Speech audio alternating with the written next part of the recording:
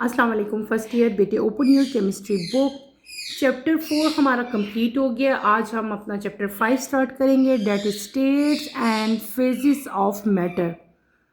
इस पूरे चैप्टर में बेटे मैं आपको मैटर के बारे में पढ़ाऊंगी, उसकी कंप्रेसिबिलिटी, उसकी एक्सपेंडेबिलिटी और उसका प्रेशर जो है। इसके अलावा इसमें हम जनरल गैस इक्वेशन भी स्टडी करेंगे, डिफरेंट टाइप की जो इंटरमालिक्यूलर फोर्सेस हैं जैसे कि डाइपोल डाइपोल फोर्सेस होगी, हाइड्रोजन बॉन्डिंग। इसके अलावा बेटे डिफरेंट टाइप की जो लंदन फोर्सेस हैं जिस तरह। उसके अलावा फिज़िकल प्रॉपर्टीज़ जो एवोपरेशन है, वेपर प्रेशर है, बॉइलिंग पॉइंट, मेल्टिंग पॉइंट, इन सब के बारे में डिटेल से जो है वो हम इस चैप्टर में जो है वो स्टडी करेंगे। Let's start this chapter. ये चैप्टर अब हम स्टार्ट करते हैं बेटे। बुक का पेज नंबर आपका 96 है। बहुत इंटरेस्टिंग और बहुत इजी चैप्टर है। जितने चैप्टर्स हम पढ़ के आए हैं उनसे ये एज़ कम्पेयर अगर इसका कंपैरिजन किया जाए तो लास्ट चैप्टर से ये ज़्यादा इजी चैप्टर है। आपको मज़ा आएगा इसको पढ़ते हुए और जल्दी आप लोग इसको लर्न भी कर लोगे। Let's start with the reading and then इंशाल्लाह मैं आपको साथ साथ जो है वो एक्सप्लेन करती जाऊंगी। Matter exists in four states: solid, liquid, gas, and plasma. The simplest form of matter is the gaseous state, and most of the matter around us in the solid state. Liquids are less common than solid, gases, and plasma. The reason is that liquid state of any substance can exist only within the relatively narrow range of temperature and pressure. Let us look the general properties of solid, liquid, and gases. Kinetic molecular theory of gases can help us to understand their properties.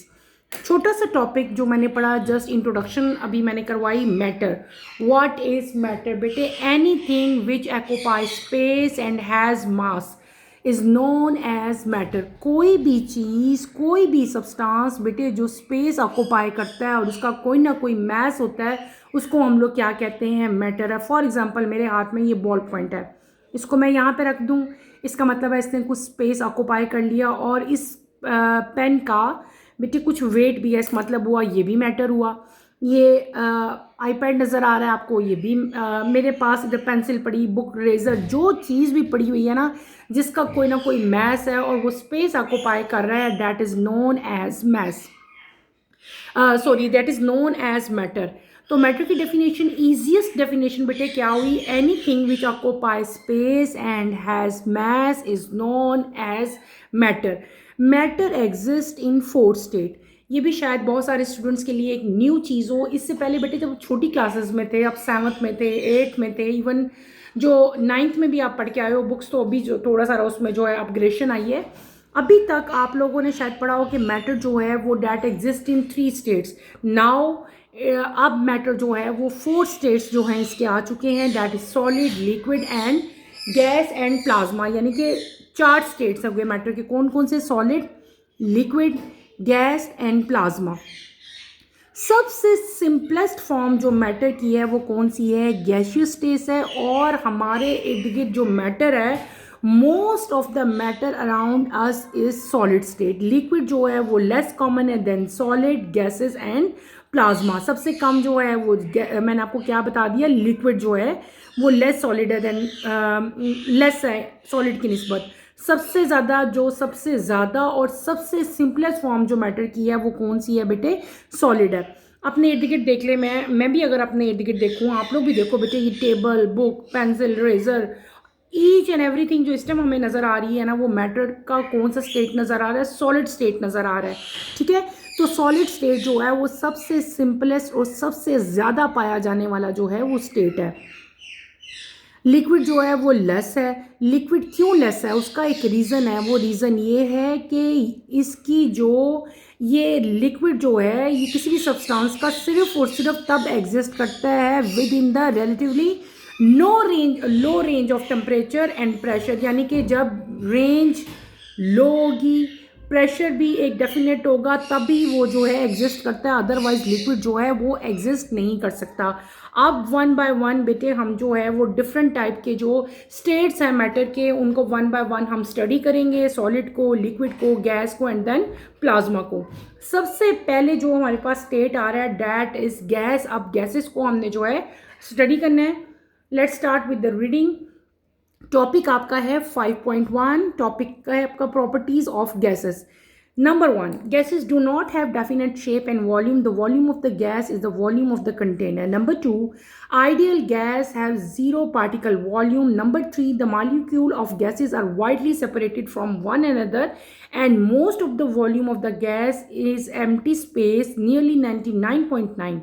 That is why gases can be compressed easily. When suddenly expansion of gases occur, cooling take place. It is called Joule-Thomson effect. Number three, pressure of a gas is due to the collision of the gas molecules with the wall of the container. Number five, they are negligible intermolecular forces in ideal gas. बेटे मैंने आपको क्या बताया, हमने जो matter पढ़ा था, फिर मैंने आपको बताया था कि मैटर एग्जिस्ट इन 4 स्टेट्स, उसमें से एक स्टेट है गैसेस. हम इस टाइम गैसेस की बात कर रहे हैं और गैसेस की प्रॉपर्टीज़ पढ़ रहे हैं. आपके पेपर में क्वेश्चन आ सकता है write down the properties of gases. तब आपने ये 5 प्रॉपर्टीज़ जो मैं अभी आपको अच्छी तरह से एक्सप्लेन करने लगी हूँ, तब आपने बेटे ये राइट करनी है. नंबर 1 प्रॉपर्टी हमारे पास क्या आती है, gases do not have definite shape. बेटे गैसेस की डेफिनेट शेप और वॉल्यूम नहीं होता, ठीक है. जनरली गैस का वॉल्यूम, जिस कंटेनर में गैस होती है वही इसका वॉल्यूम होता है. नंबर 2, गैस का जो कोई वॉल्यूम नहीं है. पार्टिकली अगर हम देखा जाए आइडियल गैस की, अगर हम बात करते हैं आइडियल गैसेस की, तो they have zero particle volume. क्या वॉल्यूम है उनका, ज़ीरो पार्टिकल वॉल्यूम है. फिर आपके पास तीसरी चीज़ क्या आती है कि जो गैसेस के मॉलिक्यूल्स हैं वो एक दूसरे से बेटे सेपरेट होते हैं और बहुत दूर दूर होते हैं, ठीक है. और most of the volume gas का जो है वो एम्प्टी होता है, क्योंकि इनके मॉलिक्यूल जो हैं वो बहुत दूर दूर होते हैं एक दूसरे के साथ. इसी वजह से, यही रीज़न है, क्योंकि इनके मॉलिक्यूल जो हैं वो एक दूसरे से दूर दूर होते हैं, तो गैसेस को कंप्रेस करना बहुत ईजी होता है. और जब ये एक्सपैंड करती हैं तो क्या चीज़ प्रोड्यूस होती है बेटे, मैंने आपको पहले क्या कहा था, इनको कंप्रेस करना इजी है. क्यों इजी है, ये रीज़न आ सकता है why it is easy to compress a gas. तो आपने उसका आंसर क्या दोगे मेरे बेटे, आप उस टाइम ये आंसर दोगे कि इनको कंप्रेस करना इसलिए ईजी है क्योंकि इनके मॉलिक्यूल जो हैं वो वाइडली सेपरेटेड हैं फ्रॉम वन अनदर. इनके मॉलिक्यूल एक दूसरे से अलग अलग दूर दूर जो हैं वो प्रेजेंट होते हैं. दूसरी चीज़ हमने क्या पढ़ी कि गैसेस जो हैं वो एक्सपैंड करती हैं. जब गैसेस एक्सपैंड करती हैं तो ये कूलिंग इफेक्ट प्रोड्यूस करती हैं. और इस फिनोमेना को, क्या फिनोमेना जो मैं बोल रही हूँ कि यानी कि जब गैस की एक्सपेंशन होती है तो कूलिंग इफेक्ट प्रोड्यूस होता है. This phenomena is known as Joule Thomson effect. Clear हो गया. नेक्स्ट 4th प्रॉपर्टी पे हम आते हैं. जो गैसेस का प्रेशर होता है, बेटे प्रेशर की बात कर रहे हैं, गैस के प्रेशर की बात. गैस का प्रेशर जो है गैस मॉलिक्यूल्स की कुलियन की वजह से प्रोड्यूस होता है. अब कुलियन क्या होती है, कुलियन का मतलब होता है एक दूसरे के साथ टकराना. वो या तो वो गैस के मॉलिक्यूल्स आपस में टकराएंगे, या गैस के मॉलिक्यूल जिस कंटेनर में गैस है, जिस सिलेंडर के अंदर गैस मौजूद है उसके साथ टकराएंगे. या तो आपस में टकराएंगे या कंटेनर के साथ, कंटेनर की वॉल्स के साथ, जिस कंटेनर में गैस है उसकी दीवारों के साथ टकराएंगे.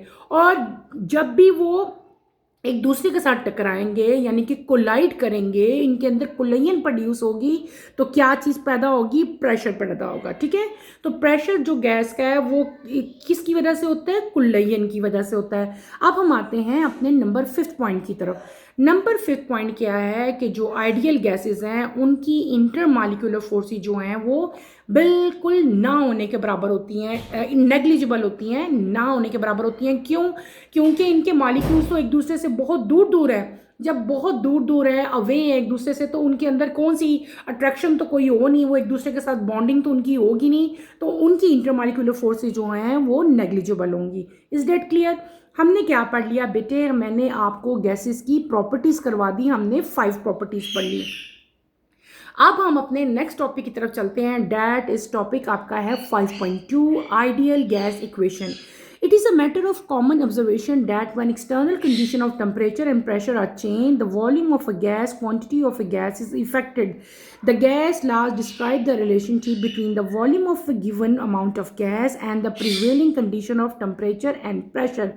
While describing Boyle's and Charles laws, some of the variables are held constant during the changes produced in the gas.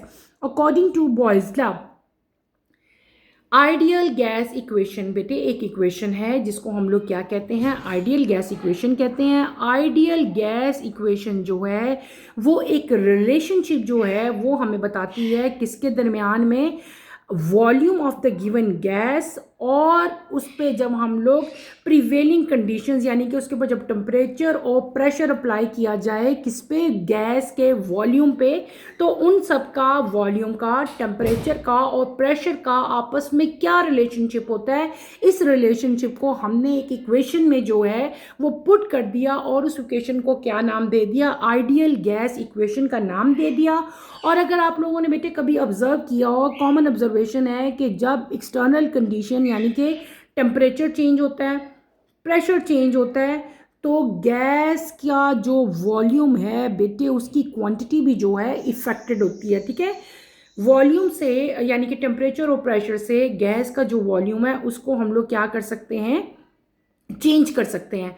अच्छा, अब ये जो पूरी हमारी इक्वेशन है जिसको मैं बोल रही हूँ आइडियल गैस इक्वेशन, इसकी पूरी डेरिवेशन बेटे मैं आपको अच्छी तरह से एक्सप्लेन करूँगी, आप लोग मेरे साथ साथ करो। If you feel any problem तो आपने मेरे से पूछनी है। Let's start over equation. आप लोगों ने आज से पहले बेटे 9th क्लास में आप लोग 2 लॉज पढ़ के आए थे, एक हमने पढ़ा था बॉयज़ लॉ, एक हमने पढ़ा था चार्ल्स लॉ, अगर आपको याद हो। आई थिंक कुछ स्टूडेंट्स को तो याद ही होगा, बाकी तो रिजल्ट के बाद सब कुछ मेरे ख्याल से भूल चुके होंगे। हमने पढ़े थे बॉयज़ लॉ एंड देन हमने पढ़ा था चार्ल्स लॉ। मैं आपको दोबारा रिवाइज करवा देती हूँ ताकि आपको जो है अच्छी तरह से याद आ जाए। हमने पढ़ा था बॉयज़ लॉ, ठीक है। अकॉर्डिंग टू बॉयज़ लॉ क्या था कि वॉल्यूम जो है वो इन्वर्सली प्रोपोर्शन है किसका, प्रेशर का। किस तरह इसको हम लोग राइट करेंगे, किस फॉर्म में राइट करेंगे, मैं अगर इसको लिखूंगी तो बेटे मैं क्या कहूँगी, मैं लिखूंगी volume is inversely proportion to 1/p। कब, जब n और t जो है वो क्या होंगे, कांस्टेंट होंगे। ठीक है, मैंने क्या कहा कि volume is inversely proportion to pressure when n and t are constant and this is known as Boyle's law. ये क्या चीज़ है, दिस इज बॉयल्स लॉ। ठीक है, क्लियर हो गया। देन हम चलते हैं चार्ल्स लॉ। चार्ल्स लॉ क्या था कि वॉल्यूम जो है डायरेक्टली प्रोपोर्शन है किसके, टेम्परेचर के, जब n और p जो हैं वो क्या होंगे हमारे पास, कांस्टेंट होंगे। ये क्या चीज़ थी, दिस इज चार्ल्स लॉ, और ये क्या था, ये था हमारा बॉयल्स लॉ।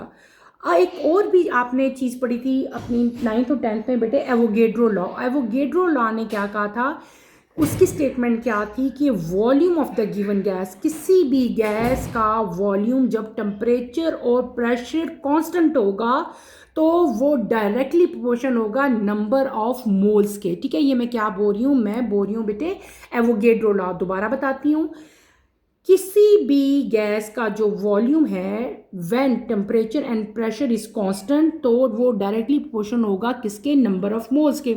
उसको हम कैसे राइट करते हैं, V is directly proportion to n, जब आपका P और T क्या होगा, कांस्टेंट होंगे। ठीक है, अब आप नोट करो, मैंने इस पेपर पे 3 चीज़ें राइट की, 3 इक्वेशंस राइट की। पहले हमने क्या राइट किया, यहाँ पे हमने किया बॉयल्स लॉ, जब नंबर ऑफ मोल्स और टेम्परेचर कांस्टेंट था।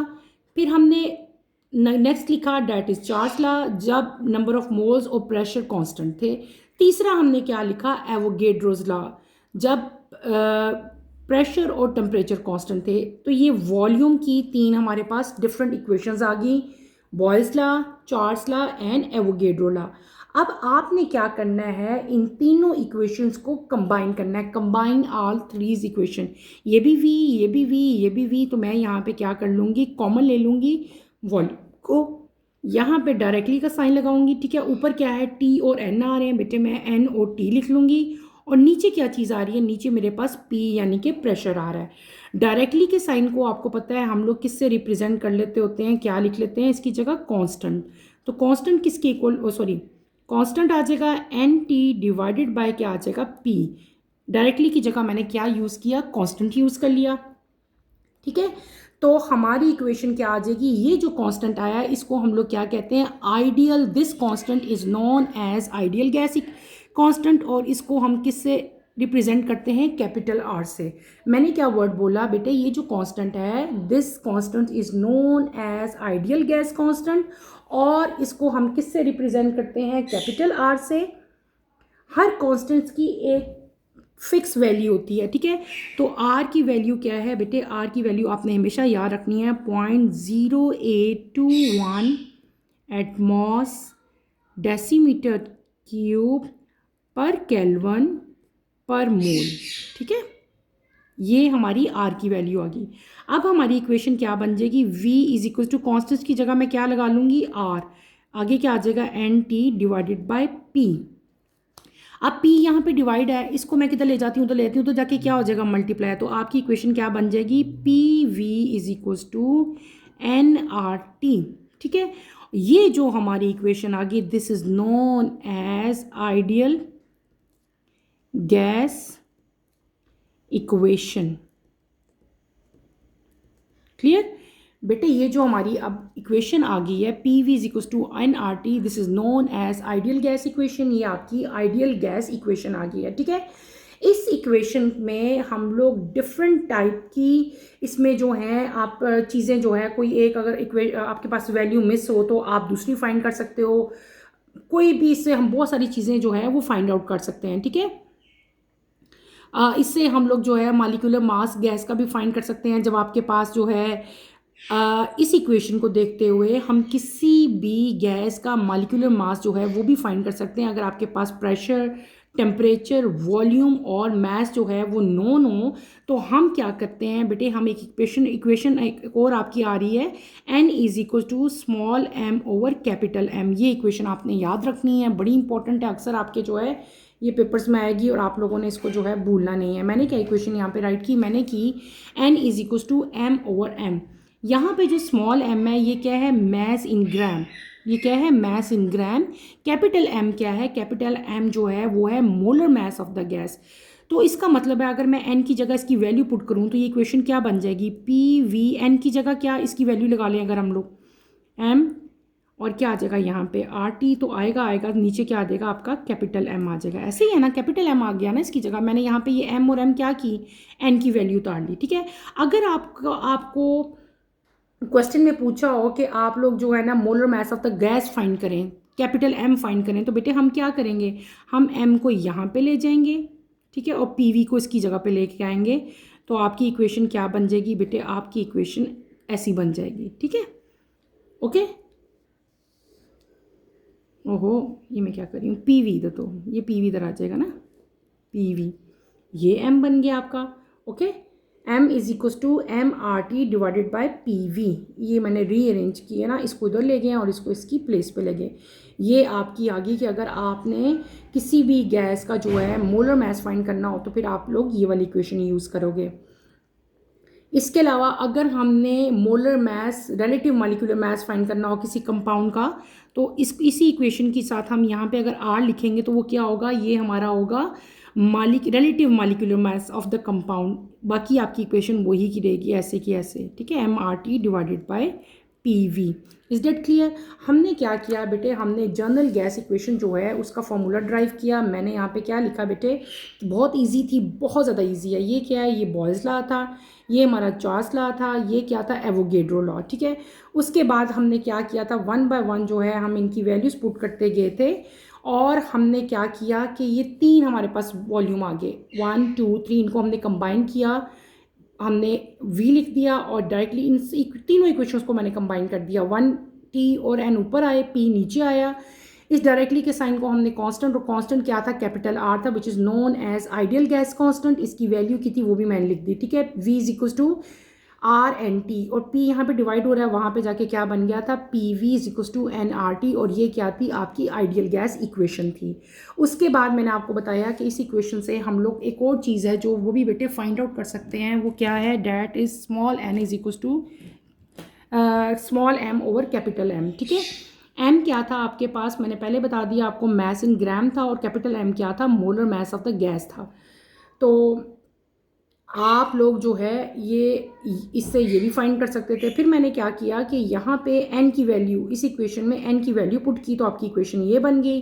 अब फिर मैंने आपको बताया कि अगर आपने कैपिटल M फाइंड करना हो तो फिर क्या करोगे, आप M को इधर ले जाओगे, इक्वेशन को रीअरेंज कर लोगे, आपकी इक्वेशन ये बन जाएगी। अगर आपने रिलेटिव मॉलिक्यूलर मास फाइंड करना हो कंपाउंड का, देन आपकी इक्वेशन जो है वो ऐसी बन जाएगी। ये जो आर मैंने राइट किया है, this R mean relative atomic mass, ठीक है।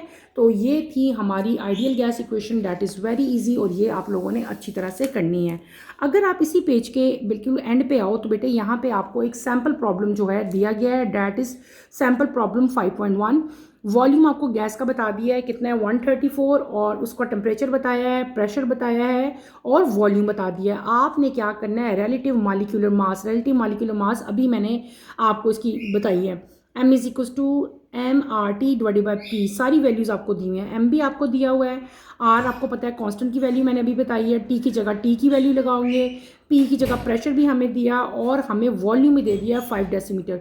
सिंपल आपने इनकी वैल्यूज़ पुट करनी है और उनको कैलकुलेट करना है, तो आपके पास क्या आ जाएगा, relative molecular mass of the gas आ जाएगा, that is equals to 44 gram पर मोल, और रिलेटिव है तो जब रिलेटिव आ जाता है तो बेटे यूनिट चेंज हो जाता है। आपने हम लोग स्टार्ट में पढ़ के आए थे कि रिलेटिव मॉलिक्यूलर मास का यूनिट जो है वो क्या होता है, AMU होता है, तो उसकी जगह आप लोग क्या लिखोगे, अगर सिंपल आपने molecular mass capital M find किया ना, देन आप यही लगाओगे यूनिट, ग्राम पर मोल। लेकिन जब हम रिलेटिव फाइंड करते हैं तो हम क्या लगाते हैं, AMU लगाते हैं। उसके बाद अगर आप लोग नीचे आओ तो बेटे यहाँ पे आपको एक क्विक चेक दिया हुआ है, क्विक चेक 5.1। 3 क्वेश्चन इसमें दिए हैं। पहला क्वेश्चन है, explain why gases can be compressed easily. Number 2, what is Joule Thomson effect, अभी हमने पढ़ा।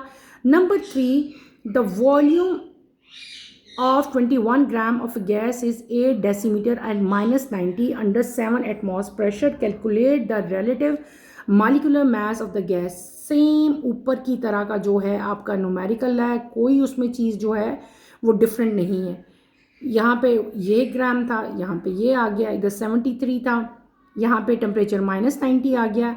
आप लोगों ने सिंपल और सिंपल यहाँ पे क्या करोगे बेटे, आपने इक्वेशन पुट करनी है और अपना जो है आंसर निकालना है। अब मैं आप लोगों को 1 बाय 1 जो है ये सारे क्वेश्चन जो है ये करवाऊंगी। पहला क्वेश्चन आप लोगों का है, क्विक चेक 5.1 में करवा रही हूँ बेटे, अपनी अपनी नोटबुक्स निकाल लें जिसमें आप लोग सारे जो है क्वेश्चन उतारते हैं। नंबर 1 क्वेश्चन है आपका question A, explain why gases can express easily. अगर आप पिछले पेज पे जाओ जहाँ पे हमने प्रॉपर्टीज ऑफ गैसेस पढ़ी थी, वहाँ पे प्रॉपर्टीज ऑफ गैसेस में नंबर 3 प्रॉपर्टी पे आप लोग आओ बेटे। ये देखो नंबर 3 प्रॉपर्टी पे इसका आंसर दिया हुआ है, why gas can be compress easily, ठीक है। तो इसका आंसर लिखा हुआ है क्योंकि गैस के जो मॉलिक्यूल्स हैं वो एक दूसरे से वाइडली सेपरेटेड होते हैं, एक दूसरे से दूर दूर इनके मॉलिक्यूल्स होते हैं, दैट्स वाई इनको कंप्रेस करना जो है वो इजी होता है, ठीक है।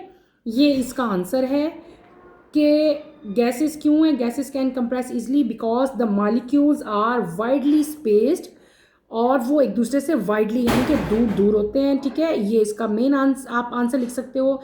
इसके अलावा नंबर अब आप बड़े हो गए ना बेटे, आपने एक पॉइंट तो नहीं लिखना होता, कुछ और भी इसको थोड़ा सा हम बड़ा करके भी लिख सकते हैं। नंबर 2 पे आप लिख सकते हो कि गैस के जो मॉलिक्यूल्स हैं they are always in constant random motion, ठीक है, और वो मोशन में होते हैं, इसकी वजह से उनका इंटरमॉलिक्यूलर स्पेसिस जो है हमेशा उनके अंदर रहता है, ठीक है। ये 2 पॉइंट्स आप लिख दोगे। फिर आपका दूसरा क्वेश्चन क्या है, what is Joule Thomson effect. इसका आंसर भी इसी में दिया हुआ है, अगर आप लोग वोट करो यहाँ पे नंबर 3 पॉइंट दिया हुआ है जूल थॉमसन इफेक्ट, ठीक है। It is called Joule Thomson effect. अभी मैंने आपको बताया था कि गैसेस को कंप्रेस करना आसान है, ठीक है, वो तो हमने उसका आंसर बता दिया क्योंकि उसके मॉलिक्यूल्स एक दूसरे से दूर दूर है। दूसरा क्वेश्चन था जूल थॉमसन इफेक्ट क्या चीज़ होता है बेटे, जब गैसेस एक्सपैंड होती हैं, जब उनके अंदर एक्सपेंशन का प्रोसेस होता है तो कूलिंग होती है, क्या होती है, कूलिंग टेक प्लेस। तो इस फिनोमेना को हम लोग क्या कहते हैं, जूल थॉमसन इफेक्ट कहते हैं। ऐसे भी लिख सकते हो जैसे आपकी बुक में है। एक और मेथड से भी मैं आपको डिक्टेट करवा देती हूँ, आप वैसे भी राइट कर सकते हैं। राइट करें बेटे आप, the Joule Thomson effect refer to the change in temperature of a gas as it expand through the valve, ठीक है। तो क्या होगा, लो प्रेशर है इसका, विदाउट एनी एक्सटर्नल वर्क क्या हो जाएगा, वहाँ पे कूलिंग इफेक्ट जो है वो प्रोड्यूस होगा। ड्यूरिंग एक्सपेंशन, जब एक्सपेंशन हो रही होती है तो बेटे कूलिंग इफेक्ट प्रोड्यूस होता है, वर्क डन यहाँ पे ज़ीरो होता है, ठीक है। टेम्परेचर प्रेशर जो है वो हाई होता है, मतलब जो है एक्सपैंड करता है ना from high pressure to low pressure gases. तो ये इस फिनोमेना से क्या चीज़ प्रोड्यूस होती है बेटे, कूलिंग इफेक्ट प्रोड्यूस होता है। क्लियर हो गया, यानी कि मेन इसका आंसर क्या है, गैसेस की एक्सपेंशन से कूलिंग इफेक्ट प्रोड्यूस होता है। Is that clear? उसके बाद अगर आप लोग अपने थर्ड क्वेश्चन की तरफ आओ, थर्ड क्वेश्चन आपको दिया हुआ है, आपका एक न्यूमेरिकल दिया हुआ है, आपको क्विक चेक आपका सी दिया हुआ है, सी पार्ट, ठीक है। सी पार्ट की तरफ हम आएंगे तो आपको सिंपल दिया हुआ है क्या कि आपने सी पार्ट में क्या करना है, आप लोग खुद करोगे, मैं आपको जस्ट जो है इक्वेशन बताऊंगी, बहुत इजी है। क्विक चेक 5.1 का पार्ट सी हम कर रहे हैं, सी कर रहे हैं। आपको उन्होंने क्या कहा, कैलकुलेट द रिलेटिव मॉलिक्यूलर मास। आपने क्या फाइंड करना है बेटे, आपने फाइंड करना है रिलेटिव मॉलिक्यूलर मास, ठीक है। रिलेटिव मॉलिक्यूलर मास कैसे फाइंड करते हैं, अभी मैंने आपको बताई है उसकी वैल्यू, आप जस्ट उसका फार्मूला पुट करो, ये मैंने ऊपर भी लिखा है, मैं दोबारा लिख देती हूँ। रिलेटिव मॉलिक्यूलर मास का फार्मूला क्या है, M R is equals to M R T divided by P V, ये हमें दिया हुआ है, ठीक है। यहाँ पे जो आपको मैस दिया हुआ है, ठीक है, मैस आपको दिया हुआ है 21 ग्राम, ठीक है। आर की वैल्यू आपकी कांस्टेंट है, डेट इज 0.0821। टेम्परेचर आपको दिया हुआ है -90, प्रेशर आपको दिया हुआ है 7 एटमॉस, ठीक है, ठीक है ना बेटे। प्रेशर आपको कितना दिया हुआ है 7 एटमॉस, और वॉल्यूम आपको जो दिया हुआ है वो कितना दिया हुआ है 8 डेसीमीटर। आपने सिर्फ और सिर्फ यहाँ पे वैल्यूज़ पुट करनी है, और वैल्यूज़ पुट करके आपका क्या आ जाएगा, आंसर आ जाएगा। क्योंकि ये रिलेटिव मॉलिक्यूलर मास आप लोग फाइंड कर रहे हो तो इसका यूनिट आप लोग क्या लिखोगे, AMU लिखोगे। बेटे आप लोगों को कैलकुलेशन तो आती है ना, it's so easy so simple, इसलिए जो है इसको मैंने कैलकुलेट नहीं किया। तो इसका रिलेटिव मॉलिक्यूलर मास जो है वो कितना आएगा, उसका अप्रॉक्सीमेटली 5.64 जो है वो इसका आंसर आएगा। आप लोगों ने इसे खुद कैलकुलेट करना है। तो बेटे ये हमारा आज का टॉपिक था, ये मैंने कंप्लीट किया। इंशाल्लाह कमिंग लेक्चर में हम लोग प्रॉपर्टीज़ ऑफ लिक्विड पढ़ेंगे। आज हमने गैस कंप्लीट कर लिया है, गैस की प्रॉपर्टीज़ पढ़ी हमने, उसमें हमारे पास 5 प्रॉपर्टीज़ थी वो मैंने पढ़ाई। उसके बाद हमने आइडियल गैस इक्वेशन जो है वो बेटे मैंने आपको ड्राइव करवाई, और इन द एंड जो है आपके पास क्विक चेक था जिसमें 3 क्वेश्चन थे, तीनों का आंसर भी आपकी बुक में जो है वो प्रेजेंट था, मैंने आपको वो भी बता दिया। गैसेस क्यों कंप्रेस करती हैं, क्योंकि उनके मालिक्यूल जो हैं वो एक दूसरे से दूर दूर होते हैं, अपार्ट होते हैं। और थॉमसन इफेक्ट क्या होता है, जब गैसेस जो हैं वो एक्सपेंड करती हैं, जब एक्सपेंशन होती है तो कूलिंग होती है, कूलिंग टेक प्लेस, जिसको हम लोग क्या कहते हैं, थॉमसन इफेक्ट कहते हैं, जूल थॉमसन इफेक्ट। फिर आपका न्यूमेरिकल था जिसमें आपने रिलेटिव मॉलिक्यूलर मास फाइंड करना था, मैंने आपको इक्वेशन बताई, और आपने सिर्फ और सिर्फ वैल्यूज़ लगानी है, और सारी वैल्यू जो है वो क्वेश्चन में मौजूद थी। और यूनिट क्या आएगा, AMU आएगा। इसका आंसर ही मैंने आपको बता दिया था क्या आंसर आएगा, ठीक है। तो बेटे आज के लिए इतना ही बहुत है। इंशाल्लाह कमिंग लेक्चर में हम लोग लिक्विड जो है उसको स्टार्ट करेंगे। कमिंग लेक्चर की नोटिफिकेशन के लिए आप चैनल को शेयर करो, लाइक करो और सब्सक्राइब करो। यहीं पे अपना टॉपिक मैं एंड करूँगी। इंशाल्लाह कमिंग लेक्चर में दोबारा मुलाकात होती है। टिल देन अल्लाह हाफिज़ फर्स्ट ईयर, टेक केयर बेटे, अपना ख्याल रखिएगा। अल्लाह हाफिज़।